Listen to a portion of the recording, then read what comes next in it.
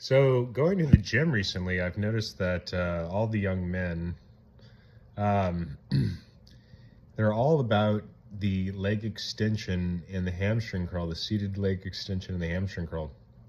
And I know everything's fashion and it comes and goes, and that so many unqualified non-athletes were doing ass to grass squats trying to fit in at CrossFit. They got busted up. But people my age remember that like a front squat and those types of movements were considered mandatory for athletic young men, and leg extensions were even worse than the proverbial curls for the girls.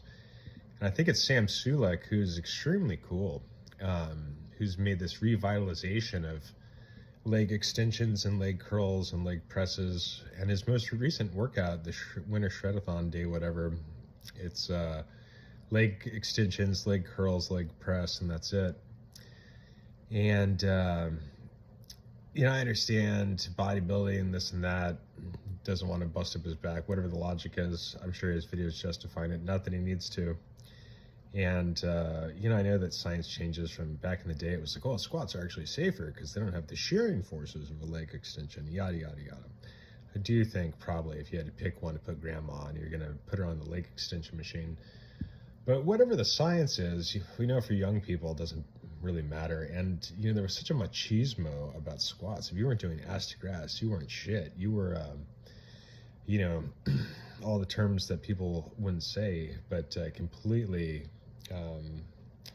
othered if you can do an ass to grass squat. So we're asking ourselves, sure, things are cyclic, but what is it about Sam Sulek that is making it so fashionable? Is it just that Sam's such a cool guy? What is so fashionable about the... And, it's one of those things, I watched it and I said, well, what is a psychoanalytic, psychodynamic reading of what we're seeing go on here? I mean, obviously, it's, it'd be so simple to read it as the grunting and the homoeroticism of Sam, and he's kind of got that closet case look about him, although I believe he's heterosexual. But you could easily imagine him as a homosexual. He's just got this very sort of like he has a secret type vibe. But anyways, what is it about Sam Sulek and the chair? So here's what Freud would say, I think. Much like how Freud explains the shoe back in the day, I think the chair is the 21st century object of fetishization for young celibate, whether voluntary or not, men. So I think that these incels, or just young men in general, most of their sex is masturbation in a chair. And when you look at Sam Sulek doing leg extensions and leg curls, it essentially resembles masturbation in a chair, or possibly defecating in a chair, particularly when he's doing the leg press. And I think that these young men are so young and so mentally stuck at anal stages of life that everything they watch is a manifestation of either shitting or masturbation, because they have no concept of actual sexuality, much less actual love, much less actual relationships, sexuality and love and all those things combined and crescendos, but mosaics.